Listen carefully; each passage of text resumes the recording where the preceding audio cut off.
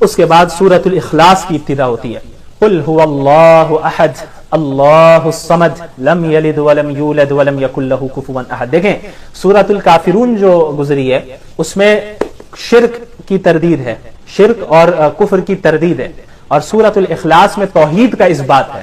تو سورہ کافرون اور سورہ اخلاص دونوں کی بڑی اہمیت ہے۔ کافرون میں کفر اور شرک کی تردید کی گئی اور اخلاص میں توحید کو ثابت کیا گیا۔ کہہ دیجئے کہ اللہ ایک ہے، اللہ الصمد، اللہ بے نیاز ہے، اسے کسی کی ضرورت نہیں ہے، نہ ہی اس نے کسی کو جنا ہے، نہ ہی اسے کسی نے جنا ہے، ولم یکن لہ کفوا احد، اور اس جیسا کوئی بھی نہیں۔ یہ توحید کی بنیاد ہے۔ الرحمن الرحیم، تمام تعریفیں اس اللہ کے لیے جو تمام عالم کا رب ہے، بڑا رحمان ہے اور رحیم ہے، رحم کرنے والا ہے۔ تو اس میں توحید داخل ہے کہ ایک اللہ کی عبادت کرنے کی طرف بلایا جا رہا ہے، ایک اللہ کی تعریف کرنے کی طرف بلایا جا رہا ہے۔ تو پورے قرآن میں جہاں توحید کی تفصیل موجود ہے، سورۃ الفاتحہ میں اس کا نچوڑ موجود ہے کہ پہلی آیت میں توحید کی دعوت دی جا رہی ہے۔ توحید کسے کہتے ہیں؟ ایک اللہ کو ماننا، اللہ کی ذات میں بھی کسی کو شریک نہیں ٹھہرانا، اللہ کی صفات میں بھی کسی کو شریک نہیں ٹھہرانا۔ عبادت کے لائق بھی صرف اللہ ہے، دعا بھی اگر کسی سے مانگی جائے گی صرف اللہ سے مانگی جائے گی، عبادت بھی کسی کے سامنے کی جائے گی تو صرف اللہ سے کی جائے گی۔ جیسا کہ یہاں پہ ہے ایاک نعبد و ایاک نستعین، اس میں احکامات کا بھی بیان ہے کہ ہم آپ کی ہی عبادت کرتے ہیں اور آپ سے ہی مدد چاہتے ہیں۔ تو مدد کس سے چاہیں گے؟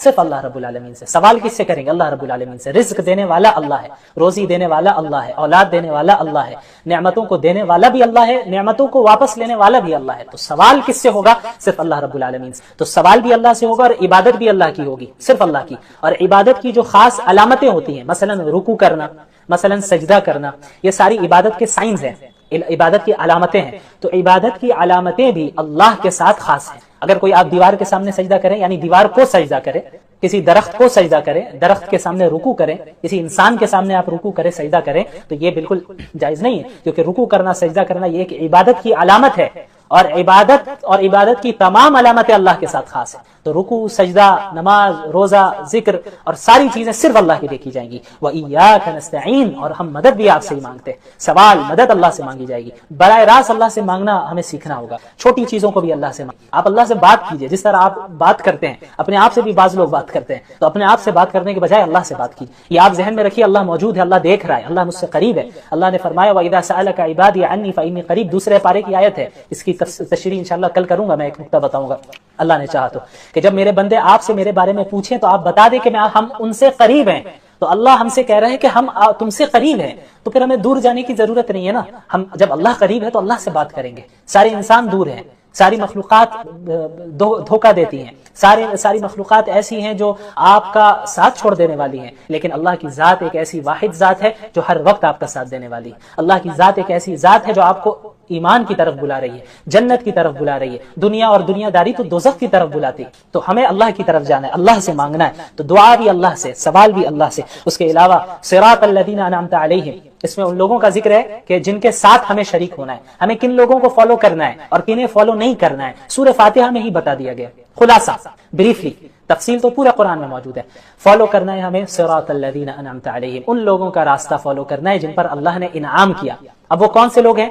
اسے دوسری جگہ اللہ نے فرمایا النبیین والصدیقین والشہداء والصالحین، کہ نبی ہیں، انبیاء کو فالو کرنا ہے، پروفٹس کو فالو کرنا ہے، جو معصوم ہوتے ہیں، گناہ ان سے ہو نہیں سکتے، وہ انبیاء علیہ الصلوۃ والسلام انہیں فالو کرنا ہے، والصدیقین، اور صدیقین کو فالو کرنا ہے، اور صحابہ کرام کو فالو کرنا ہے، والشہداء، اور جو شہید ہو گئے اللہ کے راستے میں ایمان اور اعمال صالحہ کے ساتھ اللہ کے لیے لڑتے ہوئے شہید ہوئے، ان شہداء کو فالو کرنا ہے، والصالحین، اور نیک لوگوں کو فالو کرنا ہے، اچھے لوگوں کو فالو کرنا ہے، سلف صالحین کو فالو کرنا ہے، کہ ان حضرات وہ حضرات ہیں جو کتاب و سنت کے مطابق عمل کرتے ہیں، ہم انہی حضرات کے راستے کی طرف ہدایت کی دعا اللہ سے ہر نماز میں مانگتے ہیں، صراط الذین انعمت علیہم۔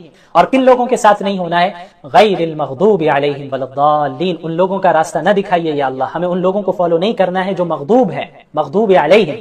مغضوب علیہم کا کیا مطلب ہوتا ہے؟ جن پر اللہ کا غضب نازل ہوا، جن پر اللہ کا غصہ نازل ہوا۔ یہ کون لوگ ہیں؟ مفسرین نے بتایا کہ یہود ہیں۔ تو یہود کیسے ہو گئے مغضوب علیہم؟ ان کے پاس علم موجود تھا، تورات کا علم تھا، تورات میں مذکور تھا کہ محمد رسول اللہ صلی اللہ علیہ وسلم آخری نبی آئیں گے، لیکن انہوں نے ریجیکٹ کر دیا، علم ہونے کے بعد بھی عمل نہیں کیا۔ تو جو لوگ علم ہونے کے باوجود اللہ کی نافرمانی کرتے ہیں، عمل نہیں کرتے، وہ مغضوب علیہم ہیں، ان پر اللہ کا غضب نازل ہوتا ہے۔ تو ہم سب پناہ چاہتے ہیں ایسے افراد میں ہم داخل نہ ہو، اور ولا الضالین، اور نہ ہی ہم ضالین میں ہونا چاہتے ہیں۔ ضالین کون ہے؟ جو لوگ گمراہ ہیں، سیدھے راستے سے بھٹکے ہوئے، یہ وہ لوگ ہیں جن کے پاس علم ہی نہیں ہے، علم کے بغیر عمل کرتے ہیں، اور ظاہر ہے جب علم کے بغیر عمل کیا جائے گا تو پھر بدعات داخل ہو جائیں گی، خرافات داخل ہو جائیں گی، اور آپ ادھر ادھر بھٹکنے لگیں گے، سیدھے راستے سے ہٹ جائیں گے. تو یہ ضالین ہے جن میں نصارہ کو مفسرین نے ذکر کیا ہے. تو نہ ہمیں ایسا بننا ہے کہ علم ہونے کے باوجود ہم عمل نہ کریں، اور نہ ایسا کرنا ہے کہ ہم اندھی تقلید کریں، بلائنڈلی فالو کریں کسی کو بھی. علم نہیں ہے بس جو کر رہا ہے ہم بھی کرنے لگ جائیں، یہ بھی نہیں. ہمیں کتاب و سنت اور سلف صالحین کو تھامے رکھنا ہے. بہرحال سورۃ الفاتحہ یہ بہت اہم سورت ہے، اس کا خلاصہ مختصراً میں نے بتا دیا. اس کے بعد سورۃ الفاتحہ کے بعد جس سورت کی ابتدا ہوتی ہے اسے سورۃ البقرہ کہتے ہیں. اب بقرہ کا مطلب کیا ہوا؟ ہم نے سب سنا ہے سورۃ البقرہ، سورۃ البقرہ. بقرہ کا مطلب کیا ہوتا ہے؟ دیکھیں بقرہ گائے کو کہتے ہیں، بقرہ گائے کو کہتے ہیں. تو اس سورت کو گائے کی سورت کیوں کہا جاتا ہے، گائے والی سورت کیوں کہا جاتا ہے؟ کیونکہ اس سورت میں بنی اسرائیل کا ایک خاص واقعہ ذکر کیا گیا ہے جس واقعے کا گائے سے تعلق ہے، بقرہ سے تعلق. تو اس مناسبت سے اس سورت کو سورۃ البقرہ کہا جاتا ہے. وہ واقعہ کیا ہے اسی بارے میں وہ یہ ہے کہ حضرت موسیٰ علیہ السلام کے دور میں بنی اسرائیل میں ایک شخص کا قتل کر دیا جاتا ہے، یعنی ایک شخص کو قتل کر دیا جاتا ہے. اور کس نے قتل کیا، قاتل کون ہوتا ہے یہ معلوم نہیں چلتا ہے. تو بنی اسرائیل کے لوگ آتے ہیں اللہ کے نبی حضرت موسیٰ علیہ السلام کے پاس اور آ کر عرض کرتے ہیں کہ اے موسیٰ علیہ السلام ہمیں اس کے قاتل کا پتہ ہی نہیں چل رہا ہے کہ کس نے اسے قتل کر دیا ہے، آپ اللہ رب العالمین سے دعا کریں کہ ہمیں قاتل کا پتہ بتا دیں. تو حضرت موسیٰ علیہ السلام دعا کرتے ہیں. دعا کرنے کے بعد اللہ رب العالمین کی طرف سے حکم ہوتا ہے کہ ان سے کہو کہ ایک گائے کو ذبح کریں، اور پھر ذبح کرنے کے بعد اسی گائے کے ایک حصے سے اس مقتول کو، یعنی جو مر چکا ہے جس کا قتل کیا گیا ہے، اس کے باڈی میں ٹچ کریں. تو اس سے ہوگا یہ کہ وہ انسان دوبارہ زندہ ہوگا اور یہ بتا دے گا کہ قاتل کون ہے، مجھے کس نے مارا، اور بتا کر پھر مر جائے گا. تو یہ ایک معجزہ تھا جسے حضرت موسیٰ علیہ السلام کے ذریعے صادر کروانا تھا اللہ رب العالمین کو. تو ایسا ہی ہوا. پھر پوری تفصیلات ہے، چونکہ یہ مجھے خلاصہ بیان کرنا ہے تو میں زیادہ ڈیٹیل میں نہیں جاؤں گا. بڑے آسانی سے ایسا نہیں ہوا انہوں نے ذبح کیا، جو بنی اسرائیل کی عادت ہے وہ عادت کیا تھی میں ابھی بتاتا ہوں آپ کو. تو ہوا یہ کہ ذبح کیا ان لوگوں نے آخر میں، اور پھر اس گائے کے ایک حصے سے اس مقتول کو ٹچ کیا اور وہ مقتول زندہ ہوا اور قاتل کا پتہ بتا دیا. تو یہ کرانے کا ایک یہ جو معجزہ تھا اس کا ایک خاص مقصد بھی تھا اللہ رب العالمین. ایک مقصد تو بہت بڑا یہ تھا کہ بہت سے لوگ بنی اسرائیل میں ایسے تھے جو بعث بعد الموت کے قائل نہیں تھے، یعنی موت کے بعد ہم دوبارہ زندہ ہوں گے آخرت کے لیے، اس کا عقیدہ نہیں تھا ان کے یہاں. تو اللہ رب العالمین نے اس معجزے کے ذریعے انہیں دکھایا کہ دیکھو جس طرح اس گائے کو تم نے ذبح کر دیا تھا، یہ گائے مر چکی تھی لیکن اس کے بعد اللہ نے اسے دوبارہ زندہ کیا، تو اسی طرح تم کو بھی زندہ کر دینا. یہ کوئی بڑی بات نہیں ہے اللہ رب العالمین کے لیے، اللہ بڑی آسانی سے ایسا کر سکتا ہے. اس کے علاوہ بنی اسرائیل چونکہ بہت ایسی قوم تھی جو اللہ کی نعمتوں کی ناشکری کیا کرتی تھی. ہر جگہ اللہ رب العالمین، اور اس پارے میں تقریباً پہلے پارے میں بنی اسرائیل کا ہی ذکر ہے. وہ ان کی سب سے بڑی خرابی یہ تھی کہ اللہ کی نعمتوں کی ناشکری کیا کرتے. دعویٰ تو تھا کہ ہم موسیٰ کے ماننے والے ہیں، ٹھیک ہمارے طرح، ہم اور آپ جیسے آج ہے ویسے ہی تھے. وہ ہم دعویٰ کرتے ہیں کہ ہم محمد رسول اللہ کے فالوورز ہیں، لیکن جب عمل کرنے کا ٹائم آتا ہے تو رسول اللہ کی مخالفت کرتے ہیں، رسول اللہ کی سنتوں کو ہی ترک کرتے ہیں. ہم جیسا کرتے ہیں ویسے ہی وہ کرتے تھے. وہ مانتے تھے، حضرت موسیٰ کو سامنے کہتے تھے ٹھیک ہے آپ کے ساتھ ہم چل رہے ہیں، فرعون کے پاس سے بچ کر بھاگ رہے ہیں یہ لوگ حضرت موسیٰ علیہ السلام کے پاس کے ساتھ، آگے سمندر ہے، پیچھے اس کا لشکر موجود ہے فرعون کا. تو اب حضرت موسیٰ کو کہہ رہے بھائی کیا ہوا، خامخواہ آپ ہم کو لے کر آ گئے، اچھا تھا ہم غلامی ہی کر رہے تھے، وہی صحیح تھا، اب آگے سمندر ہے ہم کیسے جائیں گے.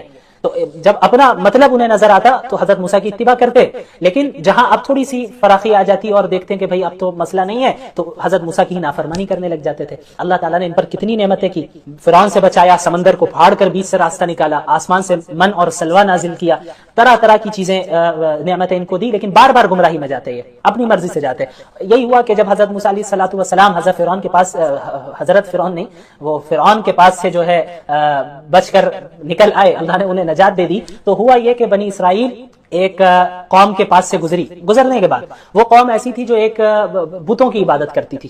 تو انہیں دیکھ کر مزہ آیا کہ ارے موسیٰ علیہ السلام یہ قوم تو جو ہے عبادت کر رہی ہے بتوں کی، تو آپ بھی ایک خدا بنا کے دیجئے نا، آپ بھی ایک بت ہمیں بنا کر دیجئے جس کی ہم عبادت کریں. تو حضرت موسیٰ بھی پریشان، یار یہ کیسی جاہل قوم ہے کہ جن کو ہم نے اللہ کے پاس سے بچایا، اللہ رب العالمین کے فضل سے اللہ رب العالمین نے انہیں بچایا، ظلم سے بچایا، فرعون کے ظلم سے بچایا، نجات دے دی توحید کی دعوت کی بنیاد پہ، توحید کے قائل ہونے کی بنیاد پہ، اور اس نے جو ہے بتوں کو دیکھ لیا اور پھر کہہ رہی ہے کہ یہ قوم کے اب بت ہمیں بھی بنا کر دے دیں. تو حضرت یہ آیت ہے اجعل لنا الہا کما لہم آلہہ، بہرحال تو ہوا یہ کہ حضرت موسیٰ علیہ الصلوۃ والسلام کو اللہ رب العالمین نے تورات دینے کے لیے کوہ طور پر بلایا تھا 40 راتوں کے لیے. اس کی تفصیل گزرے گی جب میں انشاءاللہ بتاؤں گا. تو ان دنوں میں ہوا یہ کہ یہ جو قوم تھی بنی اسرائیل، حضرت موسیٰ چونکہ موجود نہیں تھے وہاں پہ، تو انہوں نے کیا کیا کہ انہوں نے ایک بچڑا بنا لیا، یعنی ایک بچڑے کو معبود بنا لیا اپنا.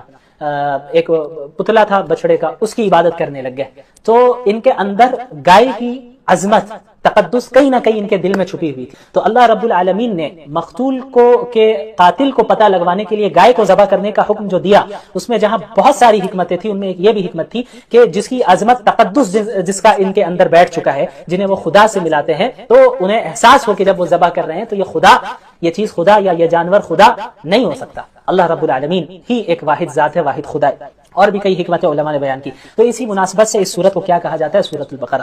اچھا، ابتدا ہوتی ہے سورت کی الف لام میم سے. الف لام میم حروف مقطعات میں سے ہے. حروف مقطعات کسے کہتے ہیں؟ آپ نے قرآن کی بہت سی سورتوں میں دیکھا ہوگا، الف لام میم، الف لام را، ہا میم، نون، قاف، کاف، ہا یا عین صاد، یہ سارے آپ نے پڑھے ہوں گے حروف کو. تو ان حروف کو حروف مقطعات کہتے ہیں. مقطعات کا مطلب کیا ہوتا ہے؟ جو الگ الگ ہو، الگ الگ. تو الف لام میم یہ الگ الگ حرف ہے. کاف، ہا یا عین صاد الگ الگ حرف ہے، اس وجہ سے انہیں حروف مقطعات کہتے ہیں. اچھا، اس کی میننگ کیا ہے؟ یہ اس کا جو صحیح علم ہے وہ صرف اللہ رب العالمین کے پاس ہے، صرف اللہ رب العالمین کے پاس ہے. لیکن اس کو اللہ نے ذکر کیا کیوں؟ اس کے پیچھے بہت سی حکمتیں علماء کرام نے بیان کی ہے، جن میں سے ایک بہت بڑی حکمت یہ بھی ہے، میننگ نہیں حکمت، میننگ تو اللہ کو معلوم ہے، حکمت ایک بہت بڑی یہ بھی ہے کہ چونکہ قرآن نے چیلنج دیا کفار کو کہ اگر آپ اللہ کے نبی کو سچا نبی نہیں مان رہے اور آپ اس کلام کو کلام اللہ نہیں مان رہے تو آپ اس جیسی کتاب لا کر دکھائیے. جب آپ اس کتاب کا انکار کر رہے ہیں اور کہہ رہے ہیں کہ یہ محمد کا اپنا کلام ہے، علیہ باللہ، محمد رسول اللہ صلی اللہ علیہ وسلم کا اپنا کلام ہے، آپ کا یہ دعویٰ ہے، تو آپ اس جیسا کلام لا کر دکھائیے، ایک سورت اس جیسا لا کر دکھائیے. آپ تو الف لام میم، کاف، ہا یا عین صاد، ان حروف مقطعات کے ذریعے ایک حکمت اس کے پیچھے یہ بھی ہے کہ اللہ رب العالمین نے یہ بھی پیغام دیا کہ دیکھو یہ وہی حروف ہیں، الف سے لے کے یا تک وہی حروف ہیں، الف لام میم کاف ہا یا عین صاد، یہ الفابیٹس میں سے ہی ہے، عربک الفابیٹس میں سے ہی ہے. یہ وہی حروف ہیں جن کو استعمال کر کے تم بھی بات کرتے ہو، جن کو استعمال کر کے تم بھی اپنا کلام بناتے ہو. تو قرآن کریم بھی انہی حروف میں، کوئی الگ سے حروف استعمال نہیں کیے گئے، یہی الف سے لے کے یا تک کو استعمال کیا گیا. انہی حروف کا استعمال کرنے کے باوجود قرآن کریم فصاحت اور بلاغت میں اور اپنے کلام کے اعتبار سے، اپنے معنی کے اعتبار سے اتنے بلند مقام پر ہے کہ اس جیسا کلام کوئی پیش نہیں کر سکتا. تو تم بھی تو انہی حروف کو استعمال کرتے ہو نا. اگر تم کہتے ہو کہ یہ قرآن اللہ کا کلام نہیں ہے تو اس جیسی صورت استعمال کر کے بنا کر لاؤ انہی حروف کو استعمال کر کے. اس کے بعد آیت نمبر 13 سے 3 رسولوں کا ذکر ہے. وَضْرِبْ لَهُمْ مَثَلًا أَصْحَابَ الْقَرْيَةِ إِذْ جَاءَهَا الْمُرْسَلُونَ. ایک علاقہ تھا جہاں اللہ تعالیٰ نے 2 رسولوں کو ایک ساتھ بھیجا اس قوم کے پاس، اس بستی کے پاس، کہ اللہ کی آیتوں کی تبلیغ کرے، انہیں ایمان والوں کو خوشخبری سنائے، انکار کرنے والوں کو اللہ کے عذاب سے ڈرائے. تو ان کی قوم نے دونوں رسولوں کو جھٹلا دیا. پھر اللہ تعالیٰ نے ایک تیسرے رسول کو بھی وہیں بھیجا، فَعَزَّزْنَاهُمْ بِثَالِثٍ. اللہ تعالیٰ نے تیسرے رسول کو بھی بھیجا ان کی تائید کے لیے. تو تین رسولوں نے ایک ساتھ انہیں دعوت دی، لیکن اس کے باوجود ان لوگوں نے انہیں جھٹلایا. اور ایک شخص تھا، وَجَاءَ مِنْ أَقْصَى الْمَدِينَةِ رَجُلٌ يَسْعَىٰ قَالَ يَا قَوْمِ اتَّبِعُوا الْمُرْسَلِينَ. ایک شخص دور دراز علاقے سے، شہر کے دور علاقے سے آتا ہے، وہ ان نبی پر ایمان لے آتا ہے اور اپنی قوم سے کہتا ہے کہ میری قوم ان رسولوں کی اتباع کرو، یہ سچ کہہ رہے ہیں. اب یہ شخص کون تھا؟ بعض روایات سے پتہ چلتا ہے کہ ان کا نام حبیب بن اسماعیل تھا، یہ بڑھئی کا کام کیا کرتے تھے.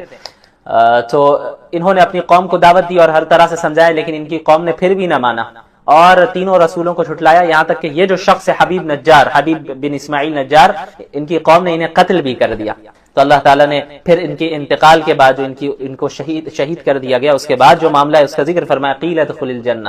ان سے کہا گیا حبیب نجار سے کہ اب آپ جنت میں داخل ہوں، یعنی جنت کی نعمتوں میں رہیں.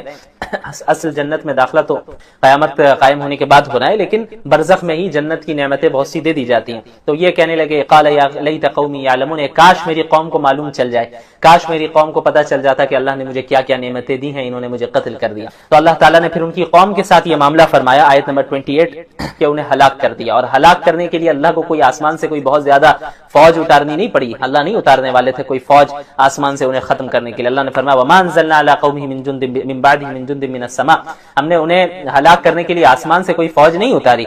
وما كنا منزلین، اور ان كانت الا صیحۃ واحدہ، بس وہ ایک چیخ تھی. اللہ تعالیٰ نے ایک چیخ کے ذریعے پوری قوم کو ختم کر دیا اور چیخ ماری، اور یعنی اللہ تعالیٰ نے حکم دیا ایک فرشتے کو کہ آپ چیخ لگائیں، اور اس فرشتے کی آواز سے، اس چیخ سے پوری قوم کے جو ہے وہ سینے پھٹ گئے، کلیجے پھٹنے لگے، اور وہ جو ہے سب کے سب مر گئے. تو اللہ تعالیٰ نے اس طرح صرف ایک چیخ کے ہی ذریعے پوری قوم کو ختم کر دیا، برباد کر دیا۔ تو اللہ تعالیٰ کے ساتھ مقابلہ کرنا اور اللہ سے یہ سمجھنا کہ ہم اللہ سے مقابلہ کریں گے اور غالب